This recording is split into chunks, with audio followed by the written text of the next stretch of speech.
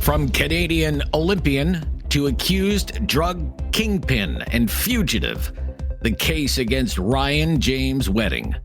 This is Now You Know. I'm Rob Snow. All the news you need to know. This is Now You Know with Rob Snow on News Radio. The snowboarding drug lord, Ryan James Wedding, used to ride the slopes. Now he is a wanted man. Wedding used to live in British Columbia. He competed for Canada in snowboarding in the 2002 Olympic Games in Salt Lake City. But now prosecutors in the United States say Wedding is a drug kingpin, the leader of an organized criminal group, a murderer, and a fugitive from the law. He's one of 16 people charged with running and participating in a transnational drug trafficking operation.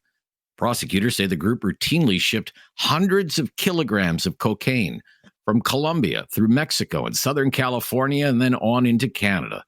They also allege Wedding helped orchestrate multiple murders related to his drug running operation. Among the killings prosecutors say is linked to Wedding is the slaying of an Indian couple living in Caledon, Ontario last year. Police say it was a case of mistaken identity. That attack saw gunmen storm a home and killed Jagtar Singh Sidhu and Harbhajan Sidhu. Their daughter was shot more than a dozen times and left critically wounded. That happened in November of last year. At a news conference in Los Angeles yesterday, the deputy commissioner of the OPP, Marty Kearns, said the Sidhu family had nothing to do with drug trafficking. This investigation began on November 20th, 2023, when officers from our Caledon detachment responded to a shooting. Upon arrival, our officers discovered 3 family members, a man and 2 women, who had sustained multiple gunshot wounds. The father, Jagtar Sidhu, age 57, was discovered deceased, while the mother, Harbhajan, age 55, and daughter, Jaspreet, age 28, were seriously injured and were transported to a nearby hospital. Tragically, Harbhajan did not survive, and Jaspreet remained in the hospital for an extended period of time, being treated for multiple injuries. I want to stress that the Sidhu family were completely innocent. Our investigation has determined that these 3 victims were mistakenly targeted and were not involved in the alleged drug trafficking organization.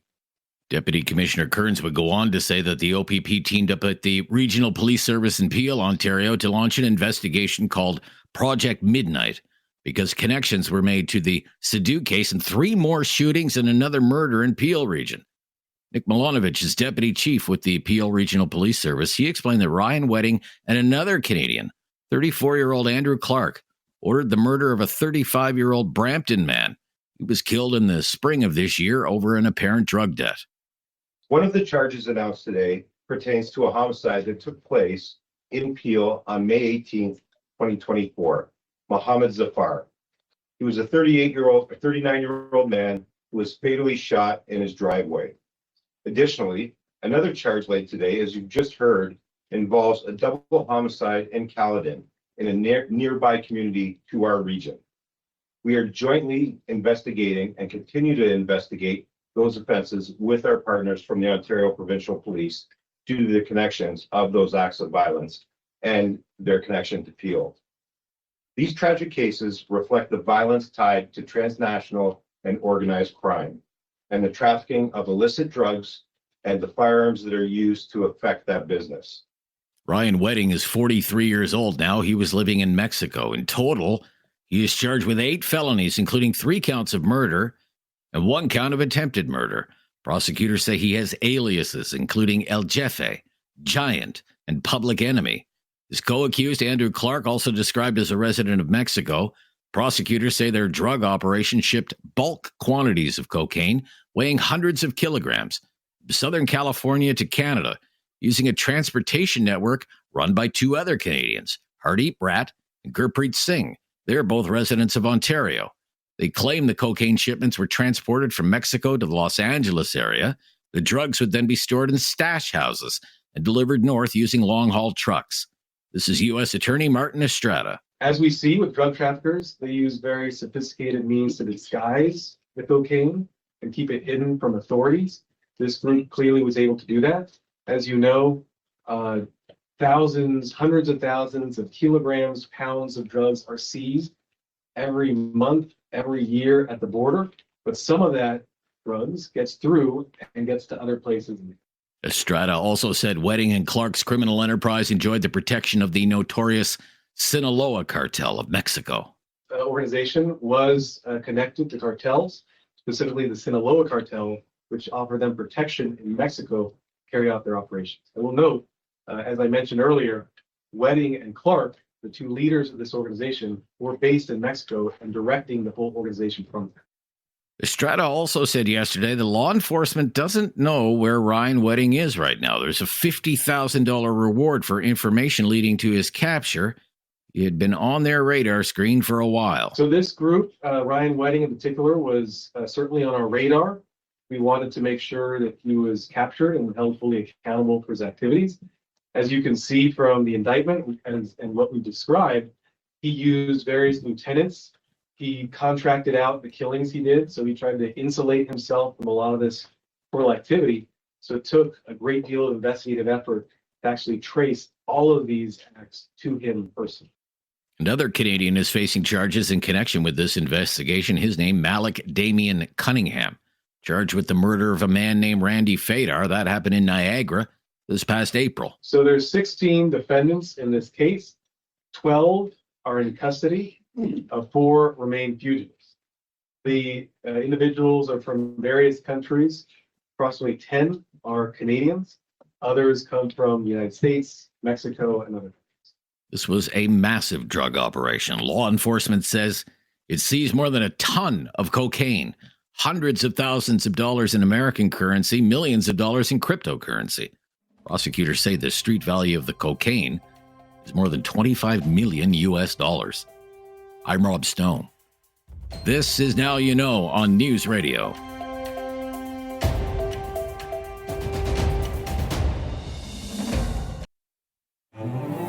There is no question Rob won't get answered. Now You Know with Rob Snow continues On News Radio. Barry McLaughlin is back with us. He's our expert in communications, crisis communications, political communications, branding, leadership.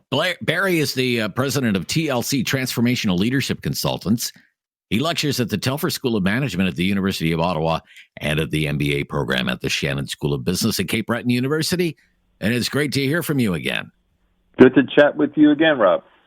Well, let's talk about Mr. Trudeau. Prime Minister Justin Trudeau, way behind in the polls. Some polls saying he's down 20 points. We learned this week 4 more cabinet ministers will not reoffer. A small number of MPs have come out publicly and have suggested he should step down. And we know that next week, a number of unknown MPs, Liberal MPs, plan to ask him to step down. So, in light of all of this, what can Mr. Trudeau say at this point to try and rally his Liberal troops? Well, there's very little that can be said. They've heard it all. You know, a year ago, the caucus, he promised them, we'll close that gap, 1% a month, or was it 5%, I forget. And by, 6 months from now, we'll be blah, blah, blah. They've had all that. They've had it for several years. So they know not to believe that and everything. It's just all wishful thinking. The only thing that would turn it around is if suddenly there was a dramatic switch in those polls, because that's what they really believe. Those polls matter. And we're not even close here. If you're 20 points plus behind and there's no sign of it budging, that would be just an absolute miracle.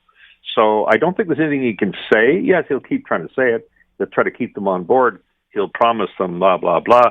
He'll get 4 new cabinet ministers within days because they've announced that they're not going to run again. And that was always his caveat. You have to be running again if you want to stay in the cabinet. And so that will be part of the shuffle. Maybe he'll pull some of those unhappy backbenchers up into cabinet and move some more up into more senior positions. But again, that's mostly shuffling the deck on that Titanic. I mean, I think we're actually at the snitch line phase of this pre-campaign. Okay. Stephen Harper and the snitch line. Remember that one? So you get so desperate. Your back's against the wall. You got to throw out whatever terror thing you possibly can. And you've got to try to do anything to disrupt politics as usual, and we haven't got to, we'll see what they are. Right now you're seeing that in his testimony before the Hogue Commission. We're now throwing it right at Pierre Poilievre here. Throw that hot potato over to him. Let's see what he does with it. Okay. Do you expect, I mean, right now, I think it's maybe 2 or 3 Liberal MPs have actually stood in front of a camera and a microphone and have questioned his leadership and have suggested that his time is up. We know that this push has been on behind the scenes. Please sign this piece of paper or whatever. And we're going to storm the caucus meeting next Wednesday and make it clear that, we have however many, 20 MPs, maybe 30 MPs, and we'll ask them to just step aside. Would you expect, as time goes on, as the weeks go by, for these calls to grow louder and for more people to go public, for more people to be on the TV political shows saying, yeah, I think his time is up? Do you think that's what's ahead? I actually don't think you're going to see a tremendous amount of that, funny enough. Okay. Liberals are the only party, as you know, that don't have this thing that like the Conservatives have, that the caucus themselves can be now influential in deciding if you stay on as leader. The Liberals don't have that. It's not a democracy within the Liberal Party, the caucus. Absolutely not. They never pretended it to be. He can pop in a nominee. He can boot out one. He can say, you're out of here. He can do anything. And they know that they have to be careful because we're not sure that leads to anything positive or constructive. I don't think you're going to see a lot of that. I think in the end, it's Justin Trudeau looking at the numbers, looking at the lay of the land, and deciding what he wants his legacy to be. Bring the whole ship down with me, or step out and let somebody else bring it down, or possibly save it. So I think that it's not going to work the way that you get more, but I don't think it's going to be the ultimate deciding point. Okay, let me ask you another question here. Are you surprised so far that someone hasn't stepped up? One of the leading front benchers in the Liberals, whether it's Chrystia Freeland or Melanie Joly or Champagne or any of them, and has offered some kind of, passionate defense of Mr. Trudeau? What a good question. Wow. I don't think anybody's raised that. That's a great point, actually. It's been they've said, reporters have said, Ms. Freeland, for example, do you still have confidence in the Prime Minister's leaders? Oh, yes. And he will lead us into the next election. Next question, please. But it's not been, yes, he should be our leader, and this is why I believe he should be our leader, and this is what he's done for Canada, and this is what he's going to do for Canada, and and there's been nothing like that, I would say. No, yeah, he sent out Trade Minister Mary Ng to the tarmac on his way back from Laos to defend against and to criticize those that were daring to call for the petition for him to leave. So that's pretty. It's pretty weak. You are right. He hasn't had a very strong defense of him with some passion, with some focus. They haven't done that. And I think that it's noticeable by its absence. Okay, very interesting. When we come back, an interesting week in U.S. politics. Barry McLaughlin, Kamala Harris went into what I think Democrats would consider to be enemy territory and did an interview with Fox News. We'll talk about that when we come back and more. Elon Musk stumping for Donald Trump. Ask Barry about that. We're in the final few weeks of the U.S. presidential election campaign now. I'm Rob Snow. This is Now You Know. This is News Radio. You have questions. Now You Know with Rob Snow has the answers. On News Radio. Back with Barry McLaughlin, the president of TLC, Transformational Leadership Consultants. Let's talk a little bit about U.S. politics this week. The Democrats go into enemy territory. The nominee, Kamala Harris, did an interview with Bret Baier of Fox News. Why would she do that? Well, I think it shows you that she knows it's totally neck and neck, if not sliding slightly behind Trump. And therefore, she can't just depend on the, Democrats coming out to the polls. She's got to grab some of those leaning Republicans who watch Fox News and pull them over to her, or at least maybe raise serious doubts about Trump. So she has to reach out across that dotted line and pull them over to her side. This is, and it also solves one of the issues that, she's been ducking a lot of interviews, they say. So she's been very careful and selective. She did 60 Minutes, whereas Trump didn't. And I think that was a negative for him. But he doesn't like to be fact-checked live, as you know. So I think she showed she has guts. I think it worked for her as character. She was able to demonstrate she gave as good as she got with Bear. I think she came out, largely the winner in a way. She certainly didn't buckle under his very intensive interruptions and so on, used the wrong video clip. She really nailed him on that. So it really, you could say maybe in battle terms it might have been even, but I think she benefited more by going on than not going on. Okay.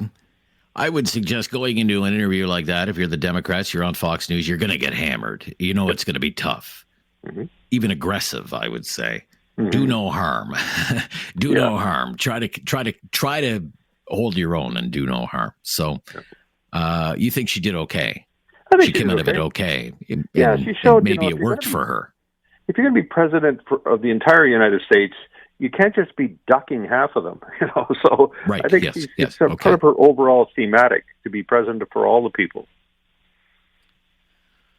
Elon Musk has been on the campaign trail with Donald Trump. Musk has been doing a series of campaign events in Pennsylvania, as a matter of fact, this week on behalf of Donald Trump. He says he's all in on Trump. He's all in.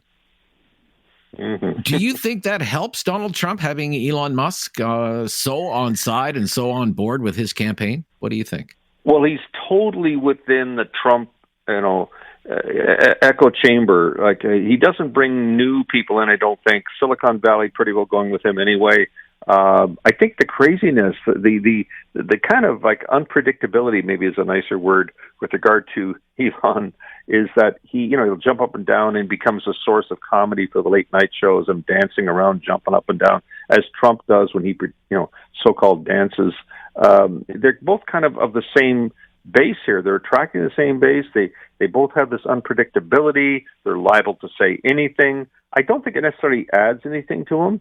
But, if Mark Cuban is out there for Kamala Harris, each of them have their billionaires in their camp. But it's kind of, I guess the theme for U.S. politics today is if every vote matters in such a close election race, if every vote matters, Kamala Harris going on Fox News and trying to at least maybe pull a few votes over from maybe what I would call skeptical Republicans, that may help her more than Elon Musk being on the campaign trail with Donald Trump.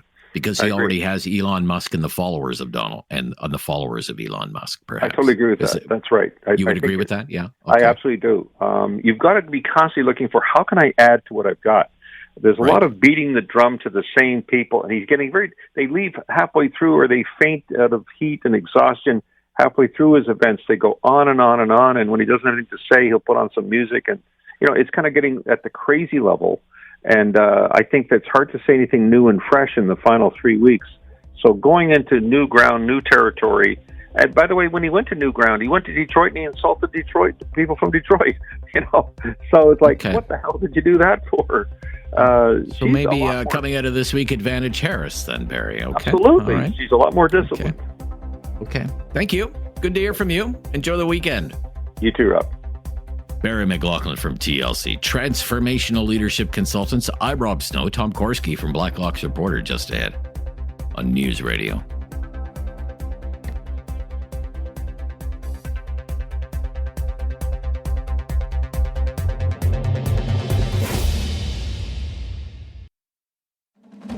No question goes unasked or unanswered. Now You Know with Rob Snow returns on News Radio. Well, he's been minding Ottawa's business all week long. Tom Korski is back with us. He's the managing editor at Blacklock's Reporter. Great to hear from you. Well, thank you, Rob. As we preview some of the committee work next week that will be making news on Parliament Hill, who is going to be the star witness at a meeting of the Heritage Committee next week? It's going to be painful.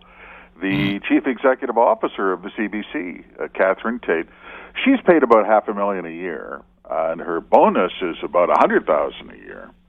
And Ms. Tait has been summoned by all party, including Friends of Public Broadcasting, to appear for what will be a brutal cross-examination by the Commons Heritage Committee on just why it was that Ms. Tait and her friends in management pocketed $15 million in bonuses this year At the same time, they cut 346 jobs and pled financial hardship.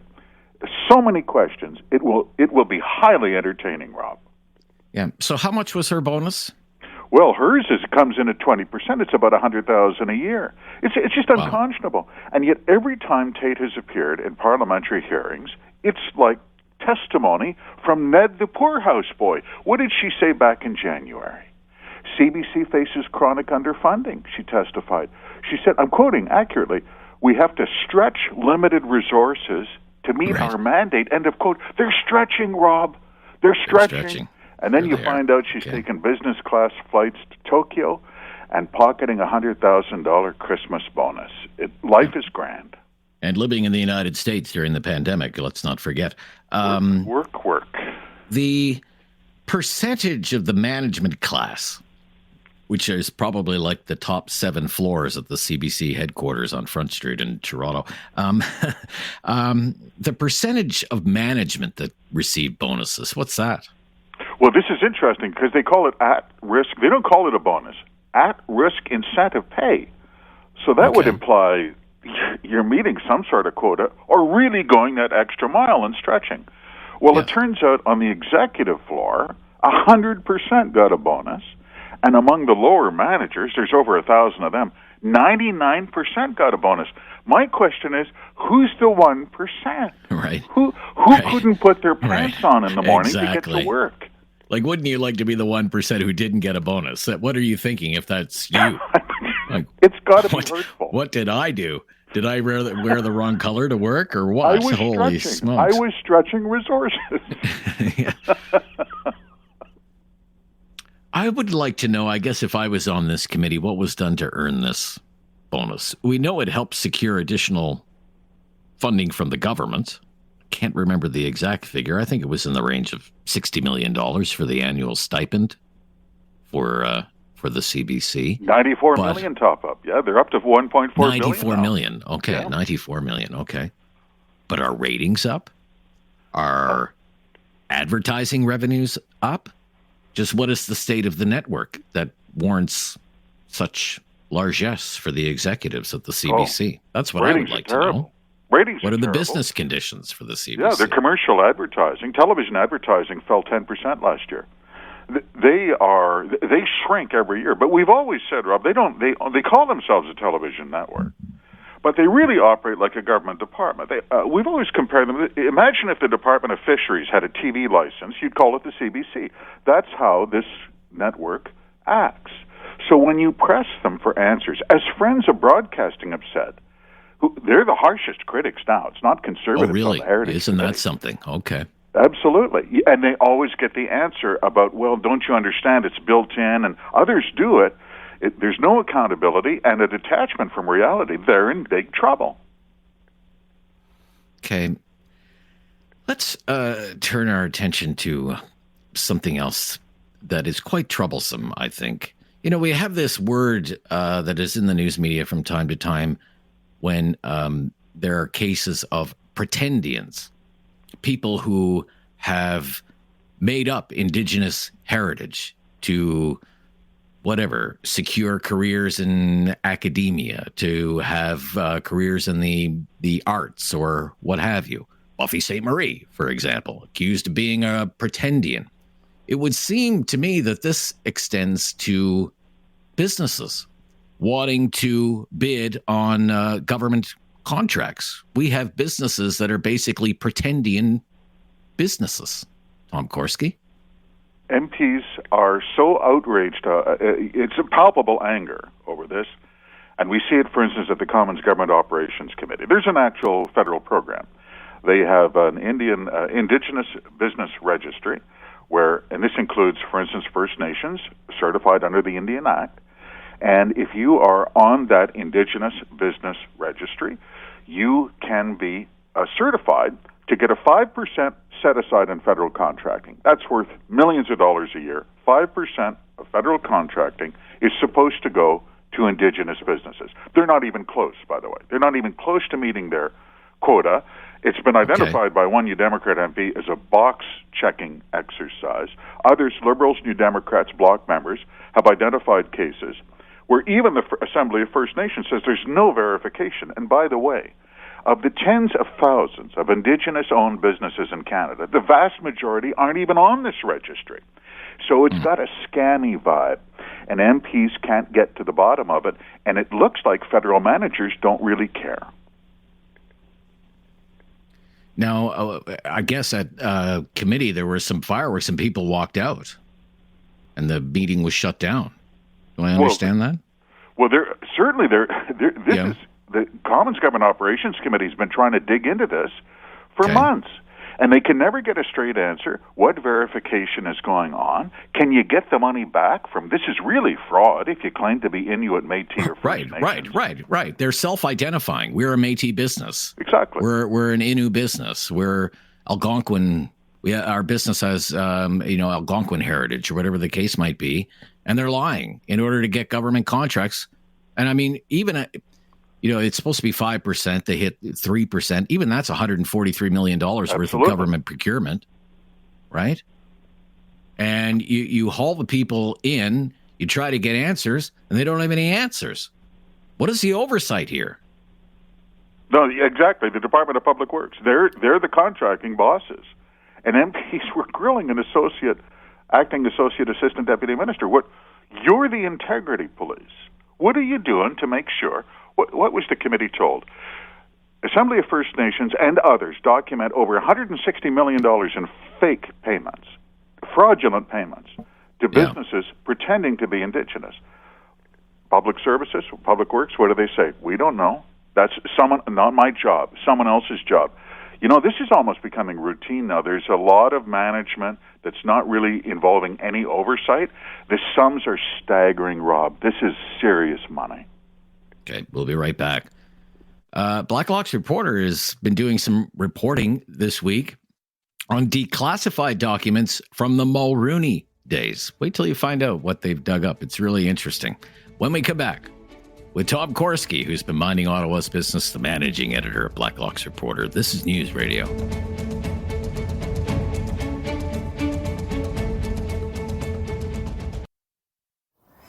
Critical thinking is not dead. Now you know with Rob Snow. Returns on News Radio. Back with Tom Korski, the managing editor at Blacklock's reporter. He's with us every week here on News Radio, here on Now You Know. And you've managed to get your hands on declassified documents, reporting on declassified documents from the time of Brian Mulrooney's government back in the 1980s. And certainly one of the highlights of the Mulrooney government is the privatization plan that the government had. Privatized many crown corporations at the time, Air Canada, what else? Petro-Canada. Oh, sure. Telesat, which is still actually doing, I guess, pretty well by way of the government. They just had that $2 billion contract for low Earth orbit satellites. But nevertheless, lots of privatization of crown corporations. They did not privatize Via Rail, but I guess based on your reporting, they were thinking about it, Tom. They had numerous cabinet meetings in 1989, confidential meetings. We see this through minutes, cabinet minutes declassified.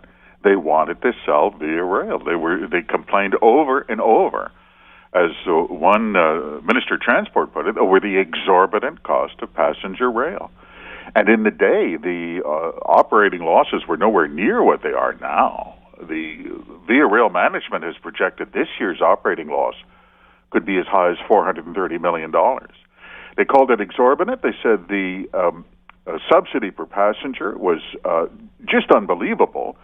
And yet we don't see in minutes why they ever decided not to sell it. Why is this interesting? Now you say, well, that was 35 years ago. Mulrooney, what a character.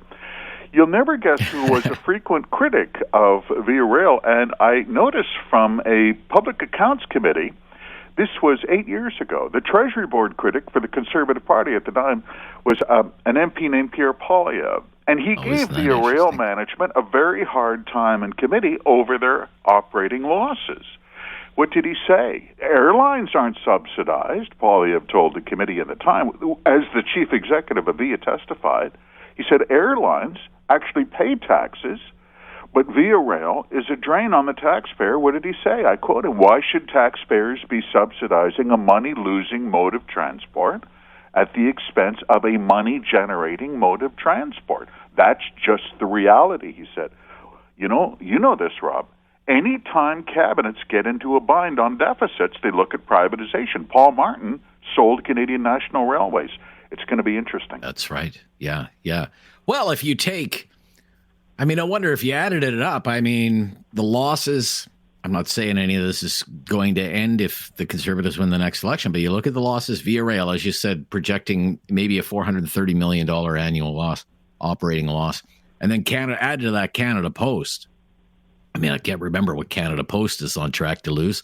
I mean, the company has basically admitted it's broke and could soon be out of business if something doesn't change with Canada Post. Must be close to $1 billion a year those ground corporations are losing, Tom. Oh, Canada Post, for sure. They've been over $700 million. But, Right. Everyone gets mail. There are millions of Canadians who have never stepped foot on a Via Rail train. Well, that's true. And couldn't if they wanted to. Yeah, okay. So also from these cabinet records, because, if there's one thing the Mulroney government is famous for, it's the GST. And I remember those days, as you do and our listeners do, people did not like the GST and the idea of paying a GST. But it would seem that the finance minister at the time, Michael Wilson, didn't buy into the idea that there would be any kind of tax revolt, Tom. God bless him, told Cabinet in these are hilarious records in hindsight. He said it's going to be fine. It's going to be fine. Sure.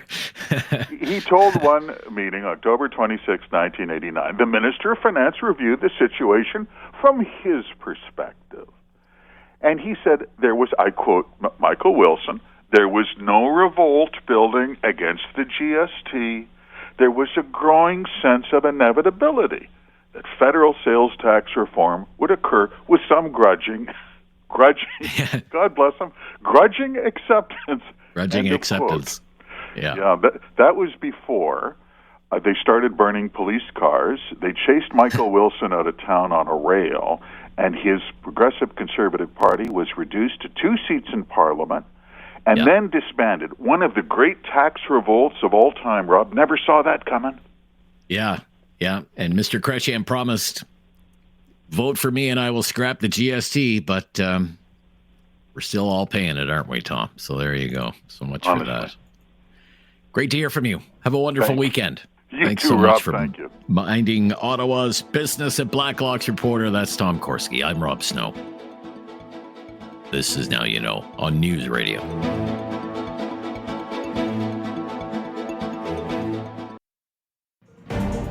Now You Know with Rob Snow continues on News Radio. Here with David Smith on a Friday. Dave, we made it. Yes, made it we to did. Friday. Isn't that great? I was talking to the happened. boss in Calgary today. We're having great weather here in the nation's capital. I was talking to the boss in Calgary today. There's snow in the forecast. There's snow on the way. Ooh, okay. Yeah. I've already had my my brush with the flurries, but I haven't seen anything like that. So the Friday Free-for-All Talkback Hour, by the way, is coming up after the news. 2 hours to debate, discuss big issues of the day. We love to hear from you. 1-833-668-2577. It's a free-for-all, so it's an open line, open topic, whatever happens to be on your mind. We follow your lead on Fridays. I have some ideas. David has a few ideas of his own. But if you have something you want to talk about during the Friday free-for-all, by all means, just bring it up with us. We'd love to hear from you. Help us get into the weekend. This name, Adam Skelly. Does that ring a bell for you, Adam Skelly? Adam Skelly. Oh, Barbecue Man. Yes. Barbecue guy. Yes, I do remember him. He now. had a place in Etobicoke, which is like Premier Ford territory. That's where Premier Ford lives. Yep. Of Ontario, in Etobicoke, Ontario. And he owned a barbecue joint called Adamson Barbecue. And he continued operating his restaurant, like dine-in restaurant, during the COVID lockdowns. Yes, he did. Right. Even though He could have offered, takeout and delivery. He was in violation of the lockdown orders that were in place during the pandemic, 2020, 2021. Anyway, all that's been settled now. Imagine this, David, 3 years later. 3 years later. Okay. Wheels of justice spin slowly, I guess. He was facing 17 counts of violation of the Toronto Municipal Code.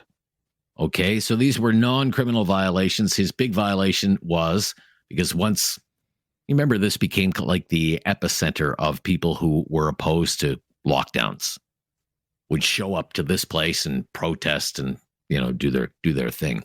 So the reporters started digging into Adamson Barbecue, and lo and behold, they learned this guy doesn't have a business license. Yeah. Right. He's operating without a license. In fact, he's been operating, I think at the time it was like 3 or 4 years, had never bothered to go and get a business license. So that is what, in the end, all of this came down to. He was facing 17 counts of operating without a license under the Toronto Municipal Code. If he had been convicted of all 17 counts, each fine would have been $25,000. He would have been fined $425,000. Oof. So, yeah, how many racks of ribs do you have to sell to pay a $425,000 fine? A lot of them. But anyway, I guess this week, yesterday, as a matter of fact, he found a sympathetic justice of the peace, and Keon Lee, who suspended 7 of the counts. And in the end, the fine, he has to pay a fine of $15,000, which I guess he says he's okay with. I guess I would be okay with that too if I was facing fines of $425,000 and in the end it came out to being a $15,000 fine. Wild and crazy days. I remember covering that when it was in the news. The barbecue side, even the premier was waiting. Let me take you back. Let me take you back to November 2020. Okay. Hello, Adamson Barbecue fans. I'm coming on here today to let you guys know that our Etobicoke location tomorrow will be opening for in-restaurant dining for anybody who's a fan of freedom. Well, I was nice to the guy yesterday, but buddy, let me tell you something. You need to shut down. Surrounded by his supporters, there was a big smile on Adam Skelly's face as he was handcuffed and taken away by police. Crazy times. And imagine all of these years later, like 3 years, 4 years later, it is finally settled. Some of these COVID cases still working their way through various courts. I'm Rob Snow. Talkback Hour coming up. It's time to talk back. On Now You Know with Rob Snow. Call now. And have your say. 1-833-668-2577. Welcome to Talk Back. 2 hours of debate and discussion on some of the big issues of the day. And today it is the Friday Free-for-All. So we're wide open on topics. We don't come up with the topics during the Friday Free-for-All. We have some topics, but we'd rather leave it up to you and follow your lead. Tell us what's on your mind and what you want to talk about, what issues you want to raise. If you want to vent, you want to blow off some steam, this is the place to do it. And now is the time. Our call-in line is 1-833-668-2577. 1-833-668-2577. And if you're a first-time caller, just mention that to our call screener, and we'll make your call a priority. It's been a very busy news week. We've done lots of news stories, talked about a lot of issues, some heavy-duty stuff this week. We can do some lighter fare. We can stick to the heavy-duty stuff. Whatever it is that happens to be on your mind, it is the Friday Free-for-All Talkback. 1-833-668-2577. We have 3 lines available, and away we go. Eric in Halifax. Hi, Eric. Rob, good afternoon. Good afternoon, Dave. The other day when I was listening to your radio, you had a topic about fairness. I never got a chance to say what I wanted to say on the air, but I was looking in the Webster's Dictionary on fairness, and it said clear and not at fault. And with that said, have you seen the commercial where the PC guy's sitting down with his baby, they're doing a puzzle, and he puts some piece in, he says, now bring it on home.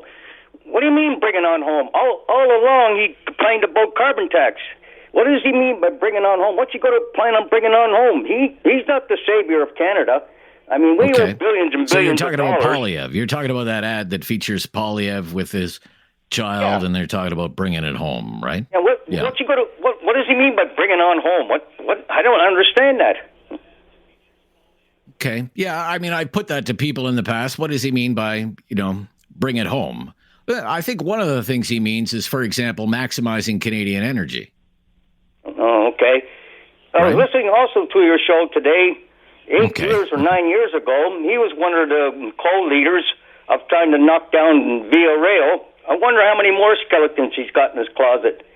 Well, do you think that's a skeleton? Well, what makes that a skeleton? Via Rail, if Via Rail's going to lose $400 million. I know they're losing a lot of money, but I mean... a lot of money, like more than $1 million a day. Yeah, I understand that. But I'm getting to the point that I'm getting at. How much more are they going to dig up before the election's over? And I see the election going this way. Okay, he's going to get in because the people are dumbfounded about putting him in.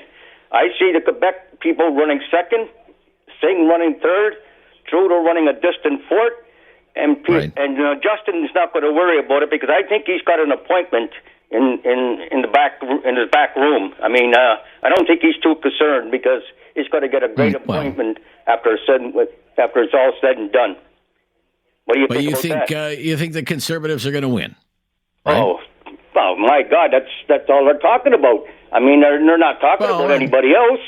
I mean, they don't want to put the Quebec wall in there. They don't want to put Singh in there, and they sure don't want Trudeau. So who else do we have to vote for? Okay. Our hands are pretty well tied. We're between a rock and a hard place. So, well, let me ask you this: how do you feel about that if the next government's a Conservative government? Well, he's not going to do any better than Justin did. You don't think so? I mean, he's just shooting. He's just blown into the wind. A new broom sweep's good for a while, Rob, but then when it gets worn out, you throw it to the wayside. I really don't think the man. I think he'll get in. I'm not being hypocritical. I think he'll get in, but I don't think he's going to turn the world, Canada, right side up. I mean, we're so down now. It isn't funny. I mean, it's going to take more than the PCs to do something. All right. There is no PC party anymore. I'm leaving this with you. All right, Eric. I got you. CPC, Eric. There's no PC party anymore at the federal level. That is in the dustbin. Let's go to Jen in Alberta. Jen, thanks for calling. Hi there. What's on your mind today? Hi there. Hi. I wanted to talk about special needs services for children. Okay. So my daughter has autism and genetic disorder, and the special schooling, that's absolutely ridiculous.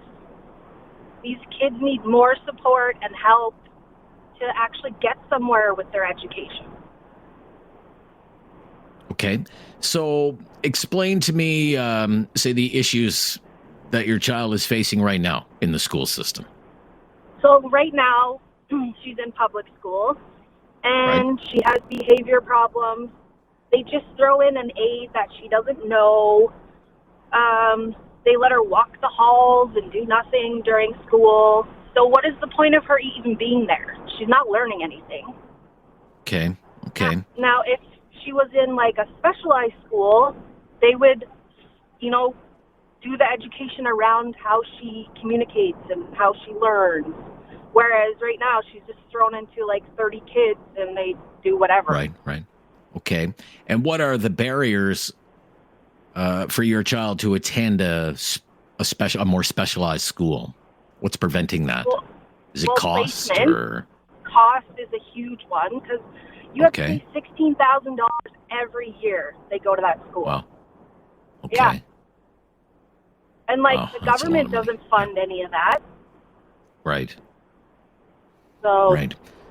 Yeah. Okay. So clearly the special $16,000 school is out of the question. So what would you like the government to do then? Create more spaces for cheaper, or have more funding in public schools where the kids can actually have a proper education specialized to them. Yep. Okay, fair enough. Thank you for your call today. You're welcome. Appreciate it, Jen. All the best to you. Good luck to you.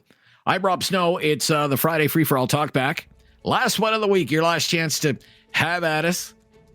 To tear a strip off us or sing our praises. Your choice. We can go both ways. 1-833-668-2577. This is News Radio.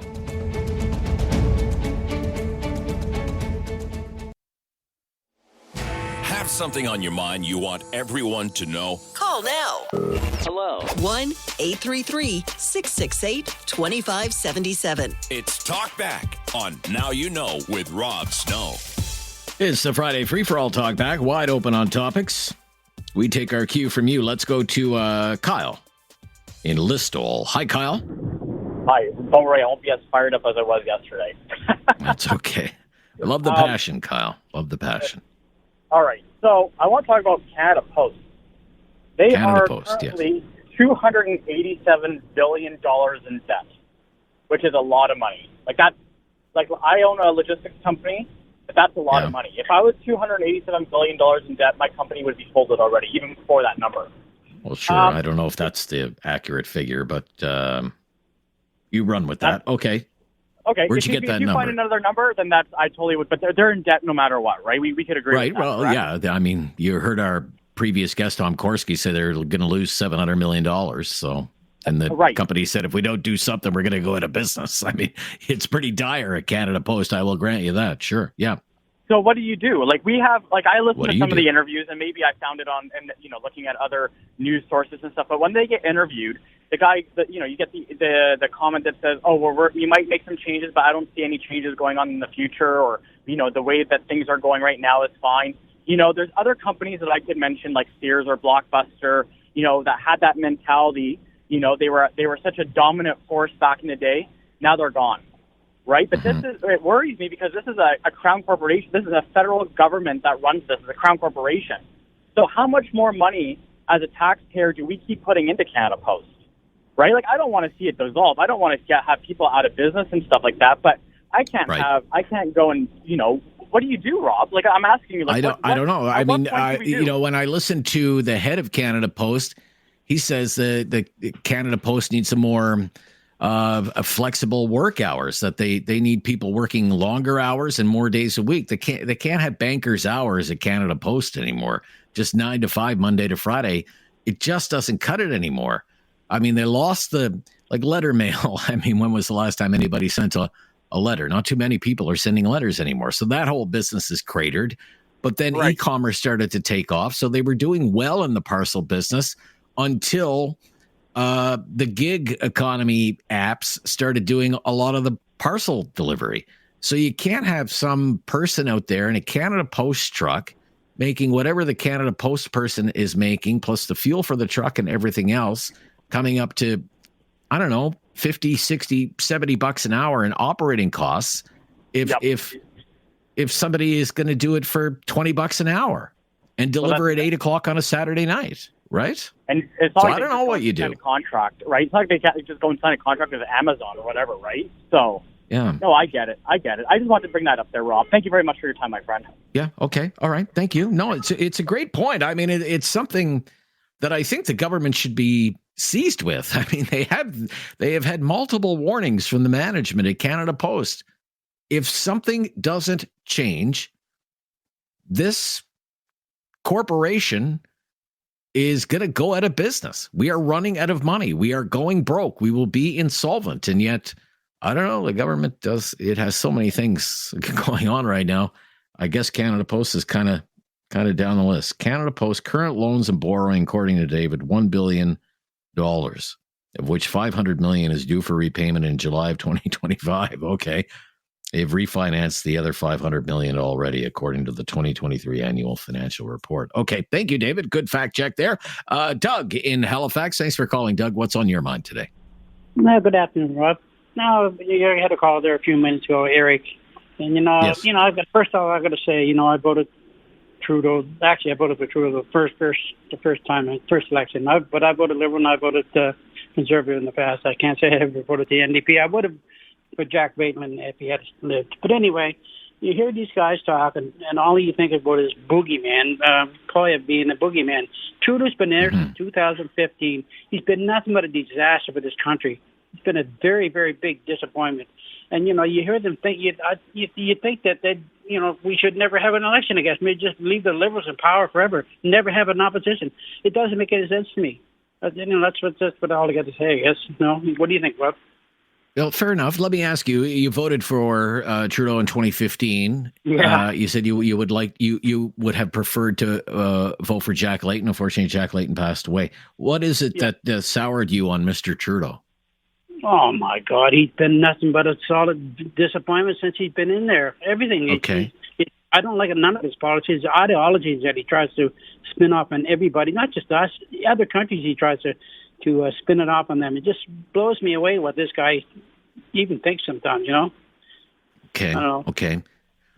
Well, as you mentioned, Eric was kind of skeptical that Mr. Poilievre would come in and be able to either change things or improve the situation in Canada. The Liberals are already talking about the hidden agenda. The Conservatives have a hidden agenda, and do you believe any of that they have a hidden agenda? I don't know if he has a hidden agenda, but that's what they always come up with. But Trudeau's been there since 2015. How much longer does he want him to stay in power?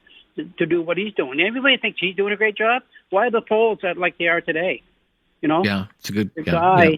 Yeah. He's too much. Anyway, well, a lot of Canadians have come to that conclusion. Look, I mean, a lot of this is just a simple passage of time. You know that.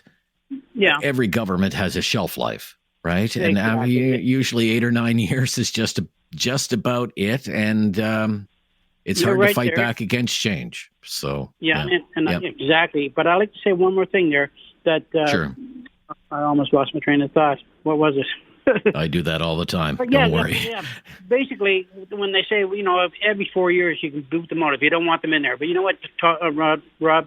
The damage has already been done. There's been a lot of damage done, and I don't know how in the hell we're ever going to get it back. So me God. Okay. Well, I'm going to leave that with you, Bob. We shall see. Thank you, Doug. In Halifax, it's our Friday free-for-all talkback. We take our cue from you. So give us a call, 1-833-668-2577. We do have some topics at the ready, some questions we would like to ask you, and see if you're interested in having a conversation about those topics. But if there's something on your mind, if you want to rant like some of our callers do today, we're here for you. We have ears to bend. 1-833-668-2577. This is News Radio.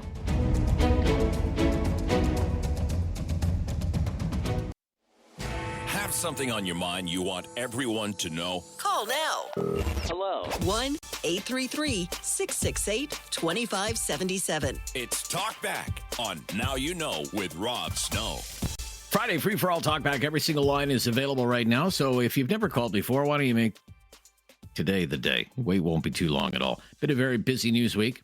Lots of heavy-duty stuff like foreign interference. I mean, if there was one issue, David, I think all week that really got the phones ringing this week, it was the issue of foreign interference, especially after Mr. Trudeau's appearance at the OG Commission, that public inquiry into foreign interference. Took more calls on that topic than any other topic this week. And that's an issue, let's face it, that's an issue that is far from settled. And if you didn't get a chance to get in on the conversation on that topic yesterday, maybe you called, got a busy signal, maybe you hung up because the wait was too long.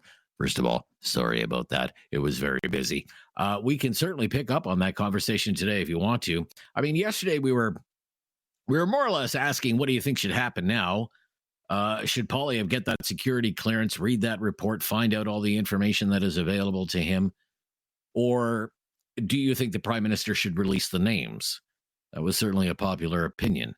And it's the clarion call from the Conservative Party. Release the names, name names. It was far from unanimous on that topic, but that was a popular opinion. Some of the callers did question why Poilievre keeps refusing to get that clearance. Some even wondered if there's, I don't know, some other reason that we don't know about why he refuses to get that clearance. Is he hiding something? And others, many others, thought Mr. Trudeau should release the names. That if people are betraying Canada, we deserve to know their names. I would direct you to today's editorial in the Globe and Mail on this topic. Globe editorials have been calling on Mr. Trudeau to release the names ever since the news broke about this story back in the summer about parliamentarians running interference operations here in Canada. And I mean, there was a time when the Globe and Mail was a solid red liberal newspaper. I don't think you can say that anymore. I actually don't think you've been able to say that for a number of years. It's been very tough on the Trudeau government, especially on foreign interference. Today's editorial is no exception. It notes, as I did yesterday, that the committee at the heart of all of this, the NSICOP committee, that top secret committee of MPs and senators, it's a creature of the Prime Minister's office. The Prime Minister appoints the chair of the committee. The Prime Minister appoints all the members of the committee. The reports go directly to the Prime Minister. And it's his office that decides what information can be made public and what information can be kept a secret.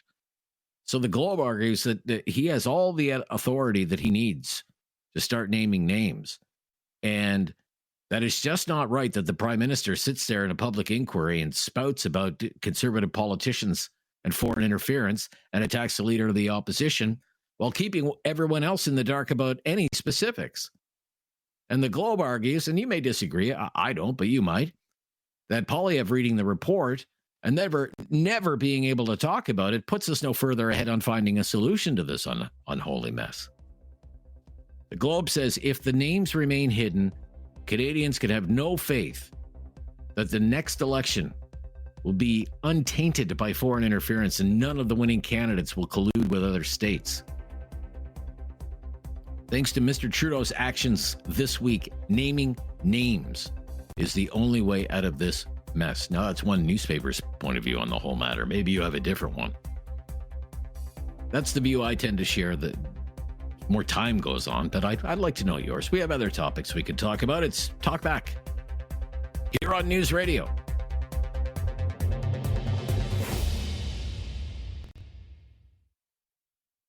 Have something on your mind you want everyone to know? Call now.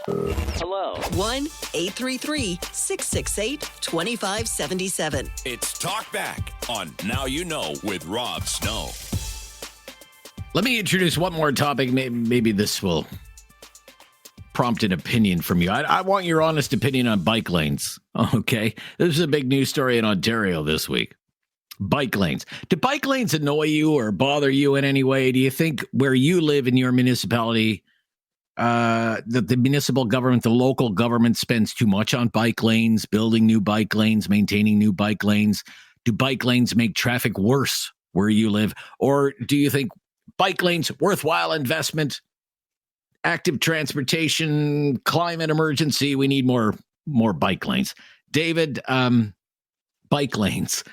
Oh boy, when we used to do talk radio in Ottawa, always a hot topic on talk radio. Yeah. Like you do a call-in show about bike lanes. That was always a winning topic, at least in Ottawa. I don't know about Calgary or Halifax or Kitchener. But people in Ottawa had all kinds of opinions about bike lanes. I mean, in Ottawa, I don't know how much money they spent. They spent tens of millions of dollars on bike lanes. We had a losing candidate in our last mayor's election, wanted to spend $250 million on bike lanes. Oh yeah. Do you remember that? I remember that. Yeah, that lost that candidate the election. People were like, $250 million? Yeah, I could think of better things to spend money on than bike lanes. Yeah. But people would often call and they complain about how bike lanes are ruining the commute. They narrowed the street. They took away a lane of traffic. I can't get anywhere. And especially after a snowfall, they would call and complain. My road wasn't plowed. My road wasn't salted. And the bike lane is in pristine condition. And I've had people call even for special taxes on cyclists. Make cyclists pay for the cycling infrastructure that municipal governments spend on cycling. You hear it, the roads are falling apart, but we have all this money for bike lanes. I'm just wondering if any of this sounds familiar to you. Is this an issue in Halifax or Calgary or KW? The war on the car, has it gone too far? Ontario Premier Doug Ford thinks it has. And he's going to introduce legislation next week in the Ontario legislature banning any new bike lanes from being installed if those new bike lanes would mean the removal of a lane of traffic. There were all kinds of howls of outrage about that. And then he doubled down and said, I might even tear up existing bike lanes. if those bike lanes replace traditional car traffic. So he is going to war on bike lanes. It's all kind of strange to me, but maybe it's music to your ears. 1-833-668-2577. We're wide open on topics, however. It's Friday, free for all after all. Sean is calling from Halifax. Thank you for calling. Sean wanted to talk about Canada Post. Hi there. Hi, how you doing, Rob? I'm good, Sean. Thank you. Bike lanes definitely a big issue down here in Halifax as well in the election. Oh, they are? Okay. Okay. Yeah, the election actually results are going to be finalized, I think, Monday. But Canada Post, I just wanted to make a couple points about it. $500 million for the new plant in Mississauga, $500 million for a new plant plus in BC, replacing a good fleet of Ford Transits with these new trucks. I'm not sure if you've seen them, but that's a few $100 million. $5 billion set aside 2 years ago for green initiatives, and also taxpayers. They don't make that very public, but of course, taxpayer dollars too are not something that is given to Canada Post. Canada Post runs off of stamps and profits and their own revenue. Yeah, it's a standalone corporation. Sure. Yeah. Exactly. Yeah. So, and I don't know where that guy got $287 billion, but that's that's not the figure we have. It's not even close to that. But yeah. So, not to say there's not issues. Yeah, but nevertheless, despite all of that, the company says we've heard it from management. We have to do something. We're going out of business. We're running out of money. Yeah, and we are not sustainable the way we are. Right, and currently there's already, and it's happened in Halifax already. They've restructured all the routes, and many routes are being cut down. And we went from, in one depot alone, I think we went from almost 100 routes down to 60 some routes. So they're putting routers in that sort the mail, so no longer will the carriers sort their own mail. They just come in, grab it, and then they have 2 extra hours of delivery as opposed to the 2 hours of sortation. So they are making changes anyway. Yeah, they want to make more changes, like operate 7 days a week. What do you think of that? No, totally with it. You have to compete with everyone else, right? So if parcel delivery I just on the don't know weekend how do you compete with, gig economy? How do you compete with that at a big company like Canada Post? We should be able to compete. If you look at Canada Post revenue, it hasn't drastically dropped or anything. Maybe since COVID, where we were pretty much delivering everything for everyone. But I don't think we can't compete. Ad mail revenue is way up, so flyers, of course, and parcels probably are down. Mail hasn't probably fluctuated that drastically in the last couple of years, as they claim, but it's also negotiation time, so a lot of the crying, happens at that time. Management crying, you mean? Yeah. About the need for drastic changes. Exactly. You think that may have something to do with coming collective bargaining then? Exactly. So we are currently at the table and have been for quite some time. Okay. Very interesting, Sean. Thank you. Thank you. For insider's perspective there. Okay. Eric in Cole Harbor. Thanks for calling, Eric. Hey, how you doing, today? Rob? I'm good, Eric. Thank you. Right about bike lanes, but that's not what I want to talk about today. Well, I don't really have an opinion on bike lanes. Like where I live, we don't have any bike lanes. I don't worry about bike lanes, but it's in the city where David is, it's a big issue. Yeah, it's a big issue here too. Sean's right about that. Anyways, really, what I want. Well, what's the issue? If you don't mind me asking, I'm curious. What's the issue? Too much money being spent on them, that kind of stuff, or? Yeah, a lot of people have the opinion. Anyways, people I talk to and stuff. We have all these people that are on the street, homeless. All that sort of thing. Right. That it's a matter of priorities, right? Exactly. Okay. I think you can't say it any better than that, Rob. Okay. Anyways, I came across this story, and I thought you might find it interesting, and I thought it might be something for you to mull over to have a half hour or an hour on this topics like this. In Washington D.C., not D.C., but in Washington State, there's a guy by the name of Miles, and he has a farm, and he discovered a hole, like a sinkhole on his property that was 9 meters in circumference. And they can't find the bottom to it. And they put in thousands and thousands and thousands of wire. They sent down drones, and they experienced stuff that you could call like the paranormal. Anyway, Really? this you can check this. This is not voodoo. or Okay, anything. okay, Somebody's okay. Not making this up. They put a cage and they put a goat in a cage, and they dropped the goat down quite a distance, and they left it there for a period of time. When they pulled it back up, the goat was dead, but they noticed that there was something moving in his stomach. So they did a C-section, and they pulled out a creature that they hadn't seen before or people couldn't recognize. Go away. And You're pulling my leg. And they described it such like it might have been like a seal in a way with the eyes. They had appendages. I'm not sure you could call them arms or legs, but are you making this that's up? crazy. But that's crazy. But what's even more crazy, the guy by Miles, over a period of time, he had developed incurable cancer. And the day after he put this creature back in the cage, he was cured. I mean, there's so many things. Okay. That How do you spell this guy's name? Miles, M-I-L-E-S. And you can look it up. I'm sure Johnny you'll find it Miles. very Okay. interesting. All right. And there's a whole Okay. Will do. Huh? Will do. Oh yeah, and Gotta go. and then there's like in Lebanon, there's massive stone structures that make the pyramids look like pebbles, and they can't figure out how they had the technology to move the stone. All right. Okay. There's All right. so much stuff like that. I'll change my name to Mulder, and I'll look into it, Eric. I gotta go. Thank you. All right. Bye-bye. Friday free for all. Anything can happen, I guess. I'm Rob Snow. The truth is out there somewhere. Maybe it's here. This is News Radio.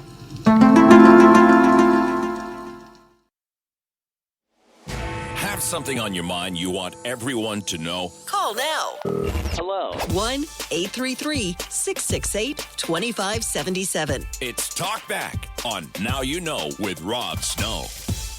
Sharon in Calgary on the Friday free-for-all talkback. Hi there, Sharon. First time caller, but I listen frequently during lunch hour. Well, I appreciate that, Sharon. Thank you. So I wanted to find out if there's a solution to one thing, but I'm quite concerned about the amount of immigration, the fact that now in Calgary, for any job that I'm applying to, there's 400 and 500 applicants. We show that our current unemployment rate here in Calgary, which is supposed to be 7.4%, but that is such a ludicrous number because there are so many consultants who are not part of that statistic. And that's what I want to try and fix, because that 7.4% is really probably more like 13.4%. Oh, because really? of all the consultants. We do not factor in because they're looking for EI claims.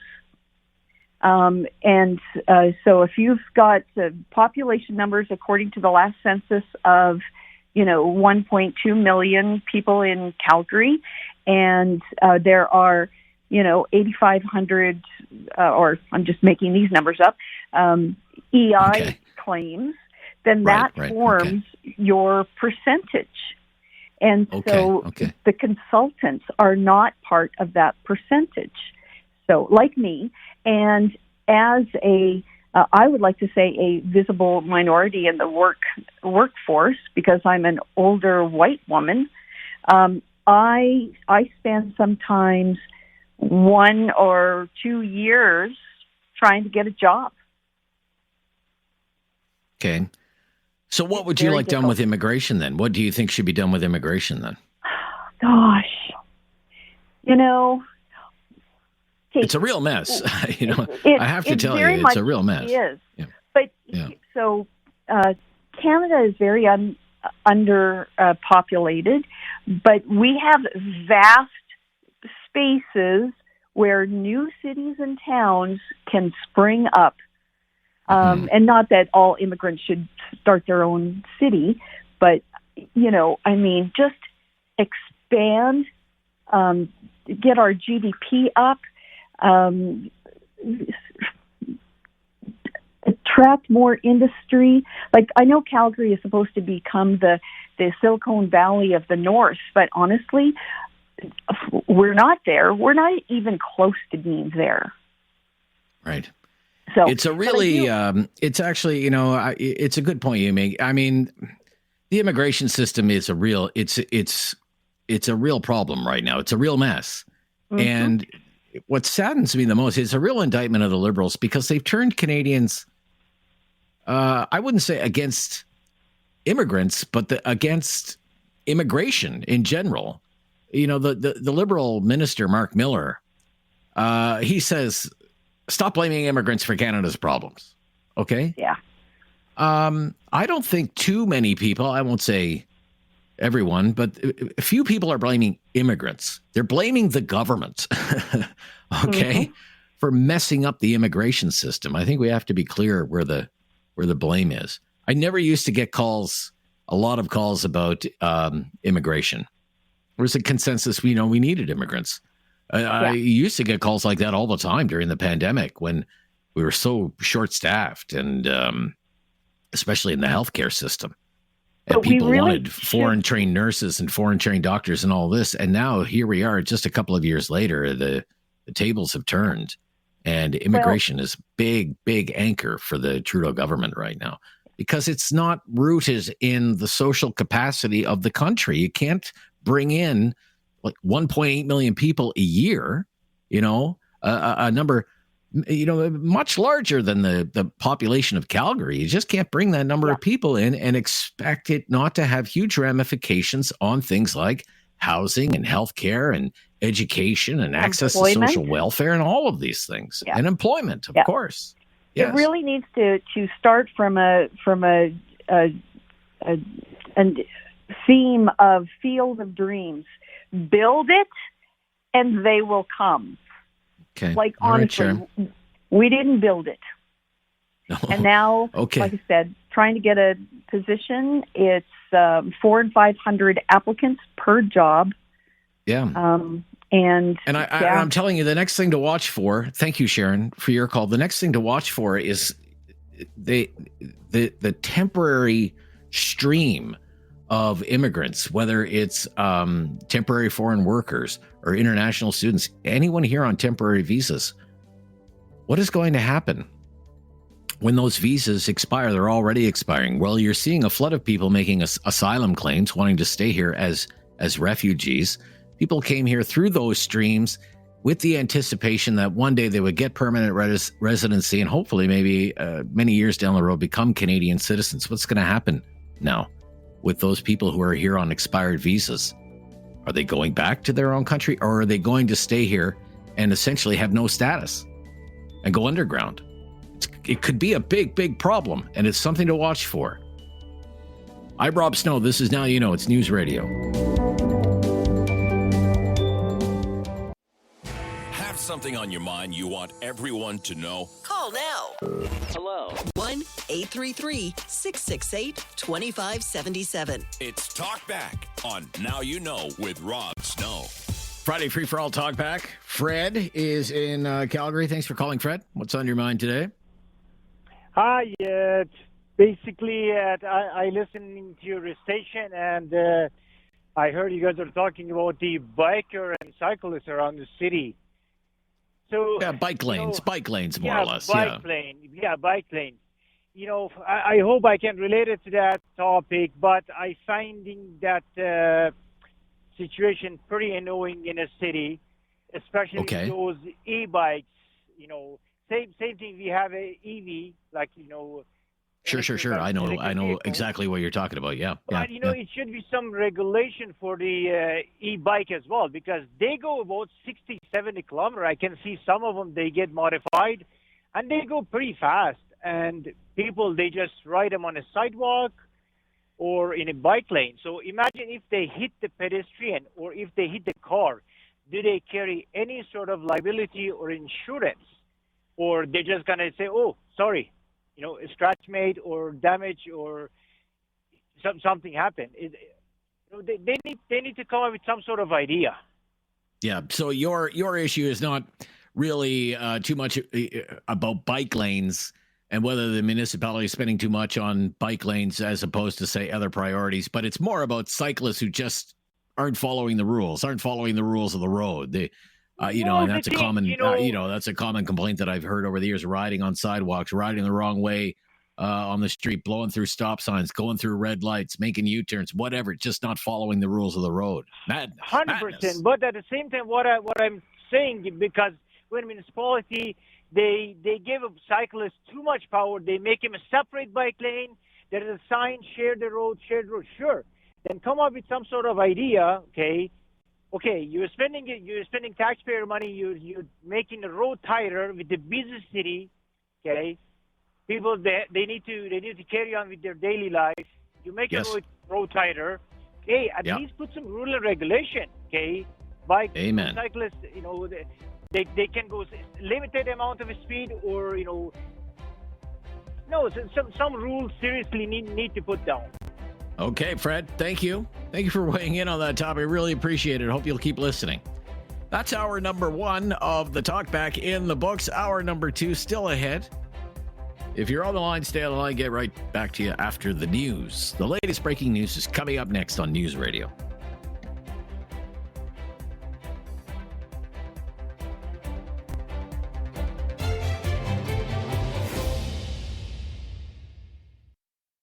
It's time to talk back. On Now You Know with Rob Snow. Call now. And have your say. 1-833-668-2577. Hour number 2, Talkback.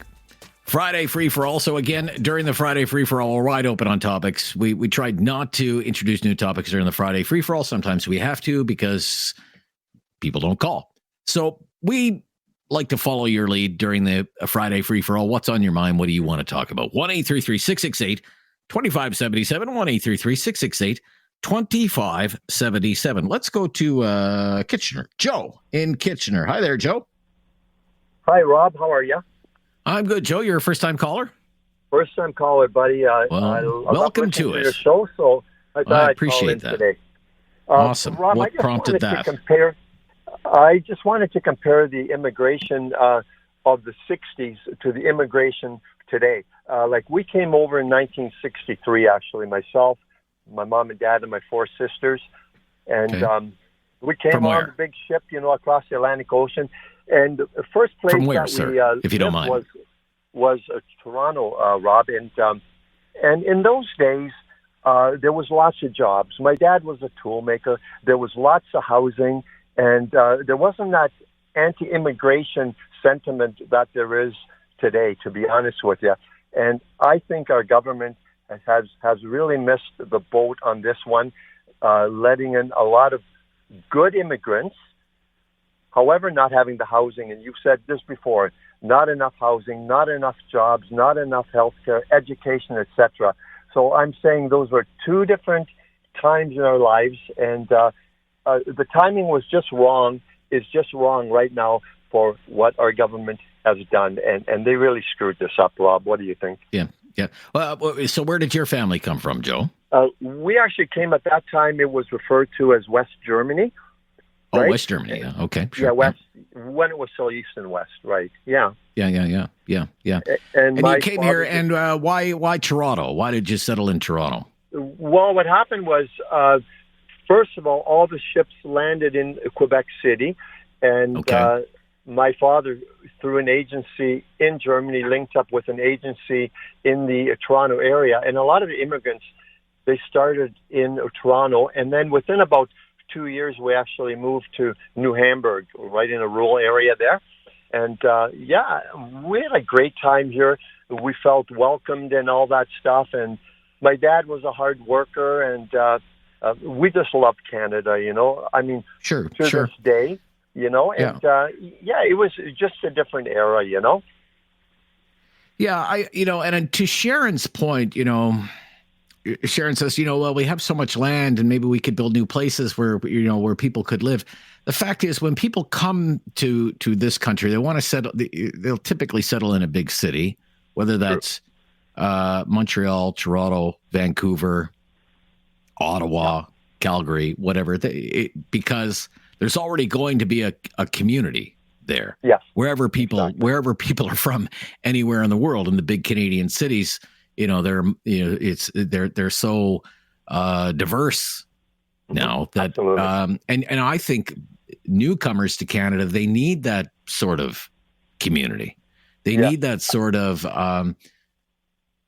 sense of community, sense of belonging. They need people to kind of show them around. This is this is how you get a job. This is how you can find an apartment. This is how things are done in Canada. This is how you sign your kids up for school. All of this stuff, right?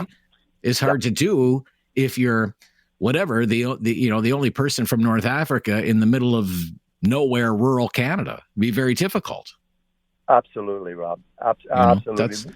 That's where we're really, really blessed, to be honest with you, that we had the supports in place. And it was almost like we hadn't left Germany, because there was a large German community there. Sure. And like I say, the move to Canada, the transition was very smooth, and we just loved it. Yeah. But it's gotten out of hand. I mean, even the government admits now we screwed things up. Yeah, absolutely. And they're doing their best, but I think it's too late for Canadians to forgive them for it. I think it's going to be up to perhaps a new government to try and sort some of this stuff out. Thank you, Fred, for your call. Great to hear from you. Yeah, let's go to Wade in Sylvan Lake. Very patient today, Wade. Thank you. Hey, Rob, how you doing? I'm good. How are you today? I'm pretty borderline magnificent. Okay, borderline magnificent. Okay, what has you in such a buoyant mood today? Wait, what's going on? Well, Trudeau hasn't quit yet, so it can't be that. That's right. But as far as naming names through that thing that's going on there, I think interference. I think Trudeau should name the names. Okay. However, before naming any names, there should be some fairly substantial proof. If you're going to ruin somebody's life, yes, you should have some substantial proof. But I believe he should name the names. And I have a personal example of how things can go sideways from years ago, if I can share that. Yes, sir. By all means. Okay. A friend of mine and we had a mutual female friend who had children, and my friend had children the same age as my children. They were pretty young, and she was dating a guy who had been separated from his wife, who had children. And so one day the rumor comes out that this guy that had split with his wife had been sexually abusing his children. And I had never met the guy, but my friend had met the guy. So my friend was saying, there's no way this guy was doing that. He's a great guy. I've talked to him. There's no way he's doing that. Okay. And I said, I asked my friend, well, if you're so sure, will you let him babysit your kids? And he said no. Right. So there you go. Right. A simple rumor calling somebody out because on the something taint is that there. may or may not be true. Was that individual ever charged with anything? Or? I don't know. I don't know whatever happened over that. I really don't know. Right.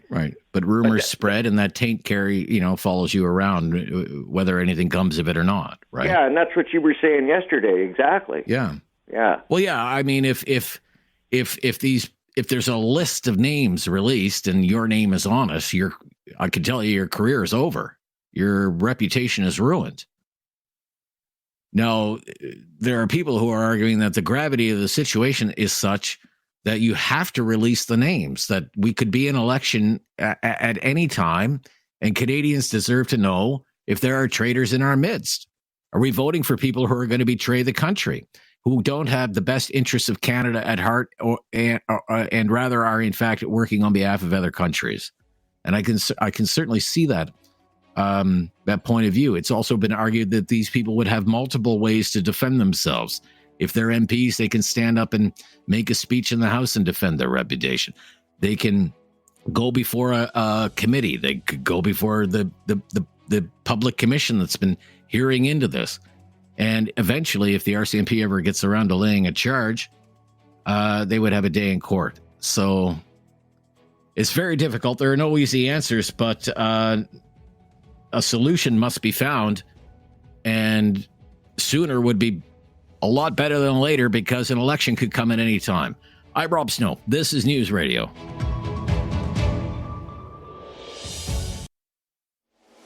Have something on your mind you want everyone to know? Call now. Hello. 1-833-668-2577. It's Talk Back on Now You Know with Rob Snow. Peter in Halifax is up next on the Friday Free for All. What's on your mind today, Peter?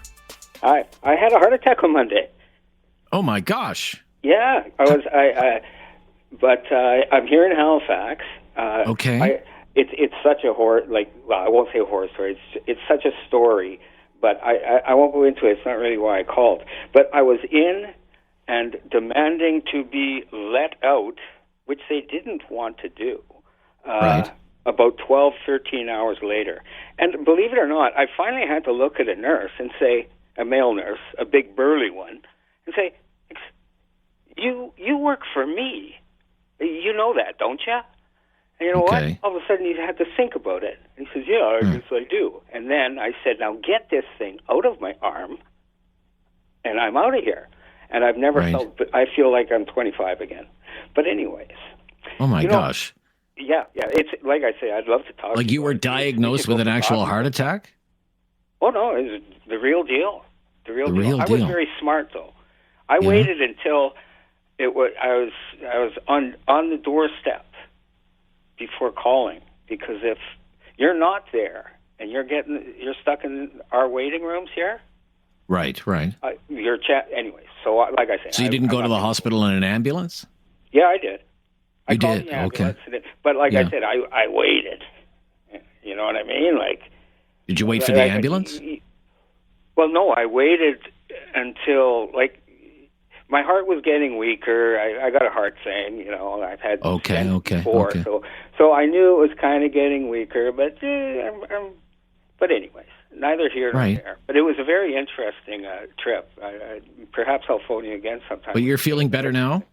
I feel like a strong young man. Well, that's good, Peter. I'm glad to hear that. Yeah, it is. Well, I got a good heart attack on Monday. You're calling me on Friday about how good you feel. My gosh.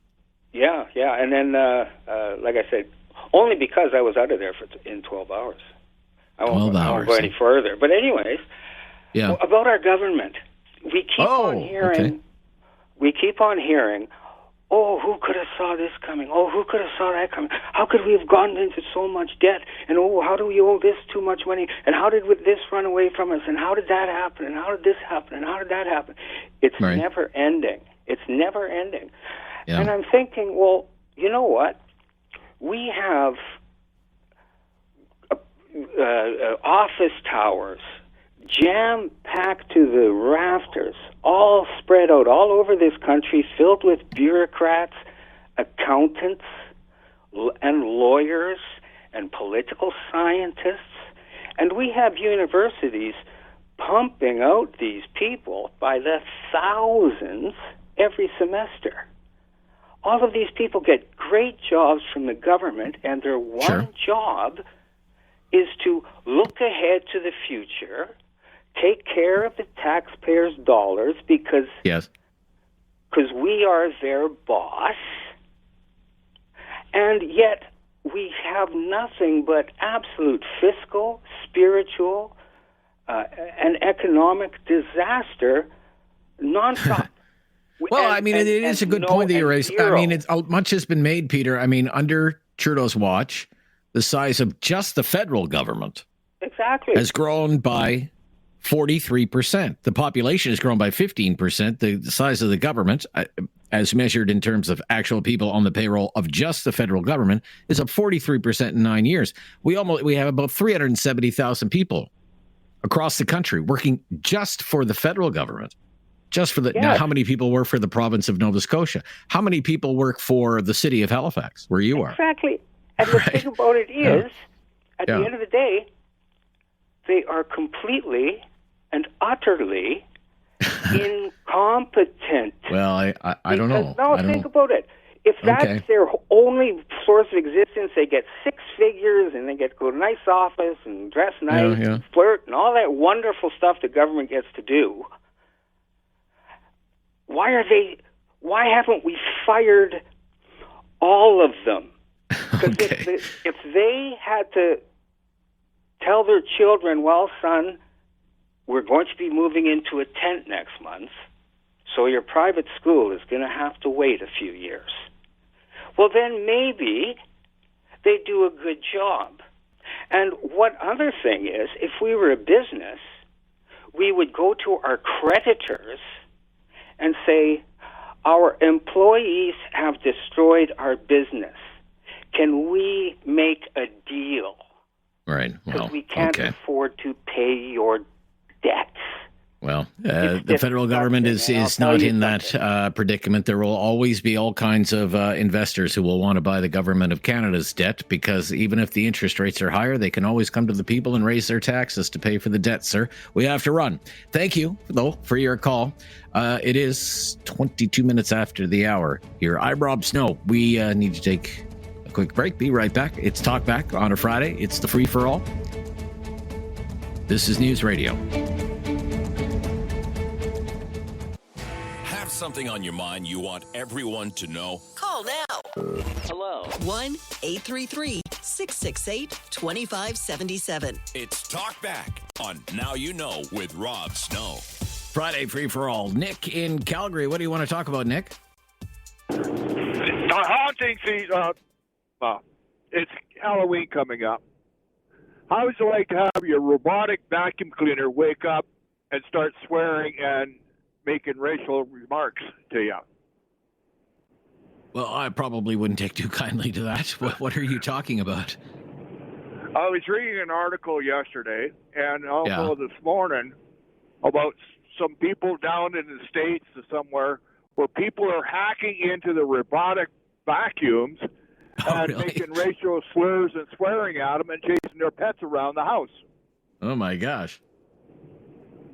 I had not heard stories like that, Nick. Well, it's been on the news.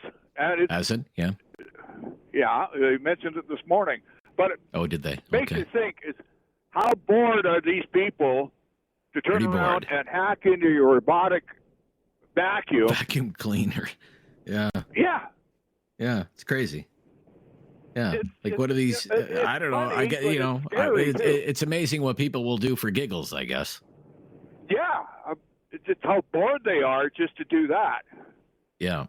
But nothing's safe anymore. If it's got a computer in it, you never know what they're going to hack into. Yeah, I guess so. But yeah. But how do you get by in a world without technology now? How can you even avoid it, Nick?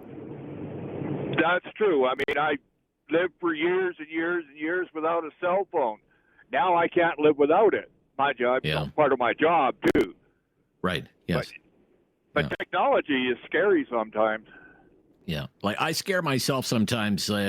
This phone, it's like an appendage for me now. It's just kind of glued to my body all the time. Yeah. But it's like the last thing I do before I go to bed is check the phone. The first thing I do in the morning when I wake up is check the phone. I'll even wake up in the middle of the night and check the phone. It's not healthy. No, I'm not that crazy about it. I've got more apps on my phone than I know what to do with. I use about 4 of them. Yeah. But, me too, Nick. I'm the same way. Yeah. But my parents immigrated from Holland back in the early 50s. Right. And they both families, mom's side and dad's side, they moved to Taber and Coaldale when they finally got into Canada. Okay. Yeah, they didn't stay in the big cities. Right. And was there a community there around them? Were there already Dutch people there? Small communities. Yeah. Yeah. Yeah. They worked on the farms and that worked hard. I bet My they did. My father never collected any unemployment when he came into Canada. He worked and he worked and he worked. Yeah. Yeah. But anyway, sure, I just thought the I'd people who are, with that vacuum. I bet you 99% of the people here who are coming here, they'd love to work. Part of the problem is for some of these streams of immigration, they can't get work permits. You know, if you come here as an asylum seeker, you're making a refugee claim. You know, you're waiting a long time to get a work permit. You know, as long as a year, 2 years to get a work permit. That's one of the big complaints in Ontario from the Ontario Premier, Doug Ford. He keeps going after the Trudeau government. You have to expedite the work permit process. In Ontario, it's $1 billion a month.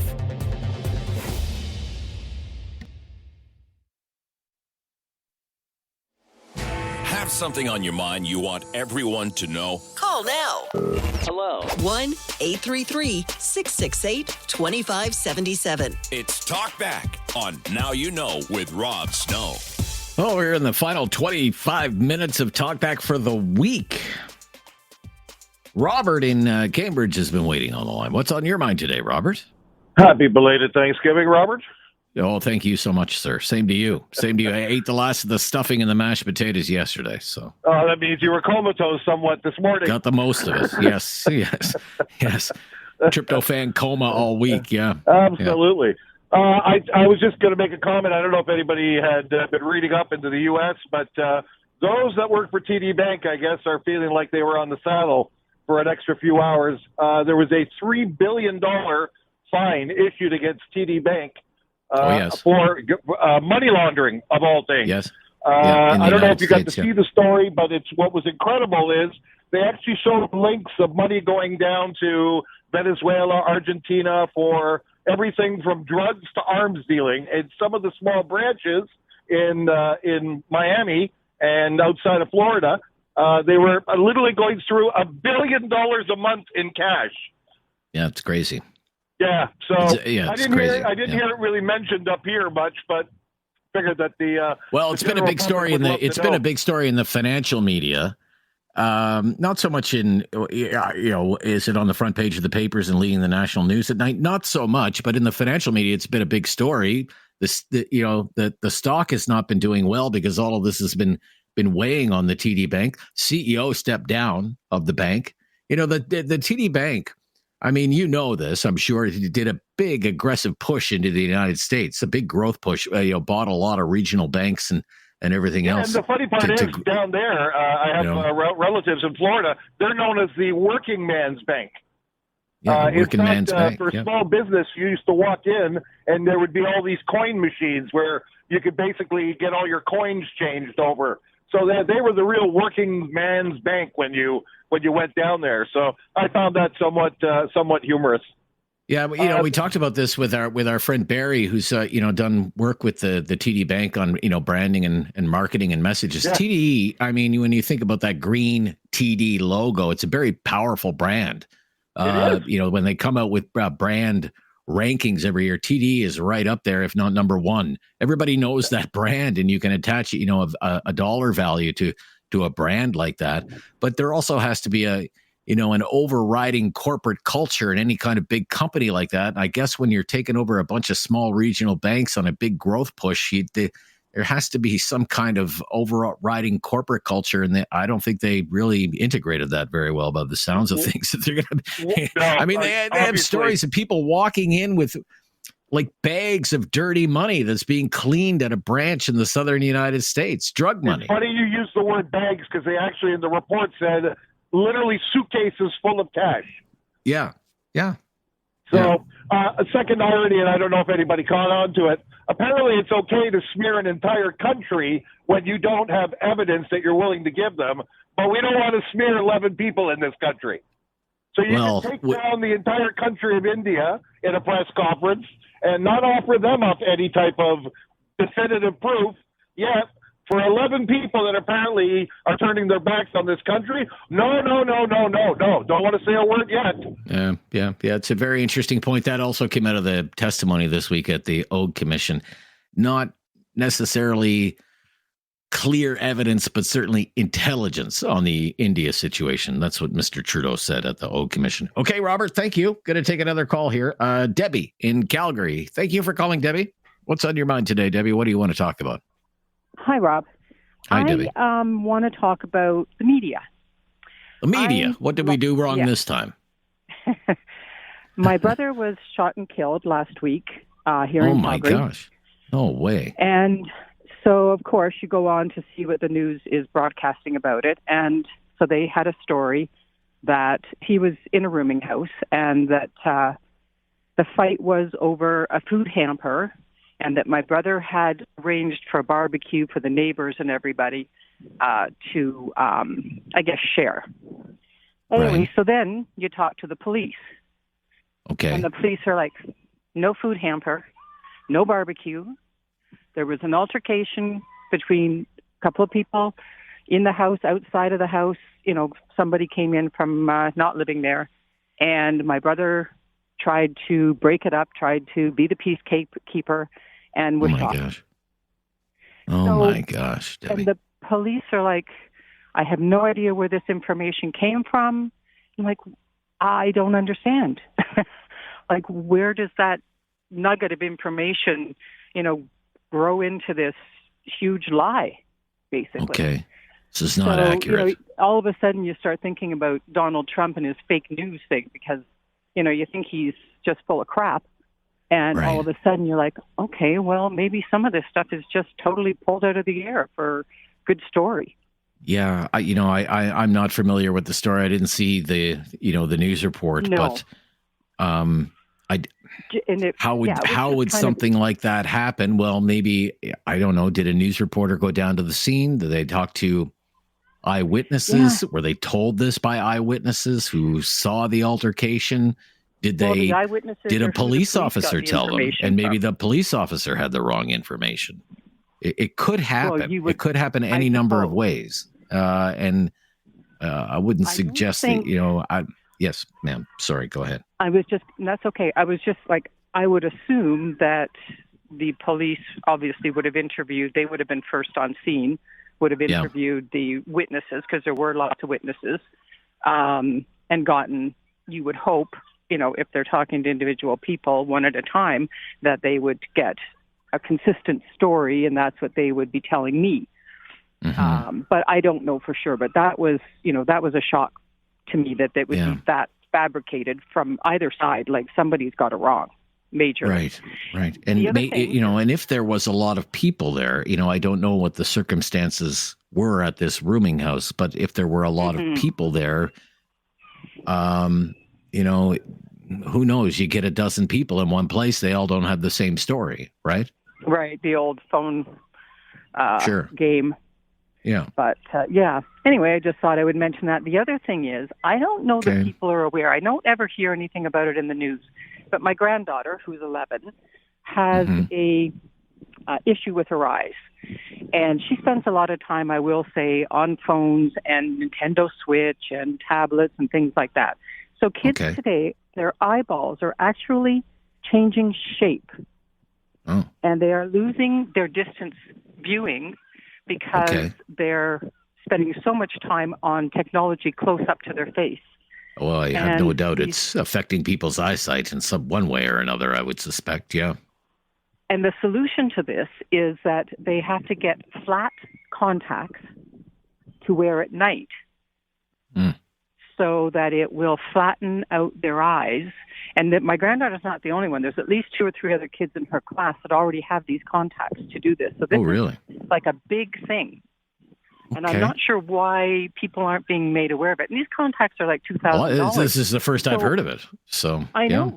It was for me too when my daughter told me that my granddaughter needed these ridiculously pricey contact lenses. I thought, okay, why is this the first I'm hearing of this? And then I took her to my eye doctor and said the same thing. Like, absolutely, this is what's going on. It's some kind of myopia, and she has she can't see the blackboard, and she's 11 years old. Oh my gosh. Okay. Well, look, And Debbie, I all the worry best about to you. people I'm sorry that your family is going through all kinds of troubles right now. I hope you Thank come you. out the I other just worry side about okay. people who can't afford these contacts. Their kids are going to be, Yeah. because nobody covers it.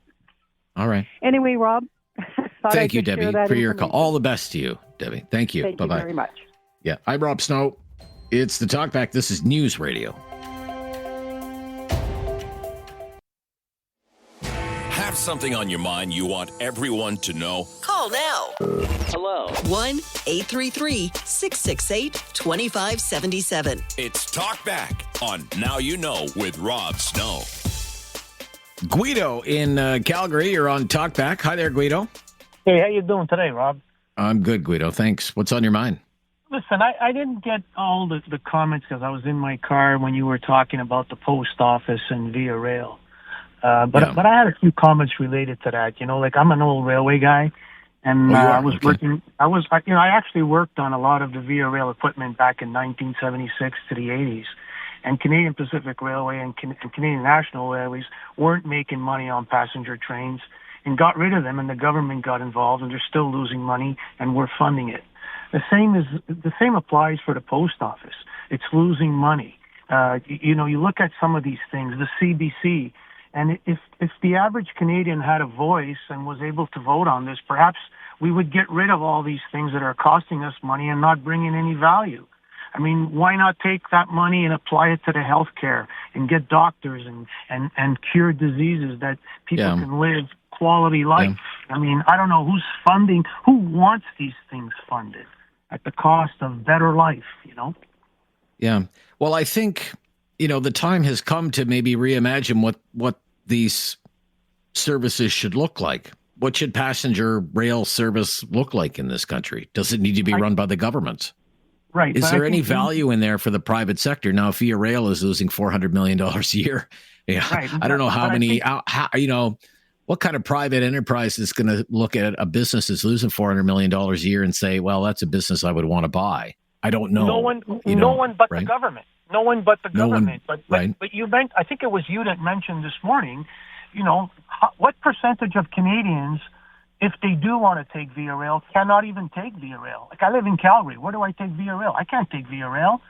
Probably got to go up to Edmonton. I think you could take it in Montreal and Toronto and Ottawa, but it's so limited. It doesn't serve the population absolutely no value. And with Canada Post, what do you do with something like Canada Post? Well, why not give it to Federal Express? Give it to the like privatize the whole thing.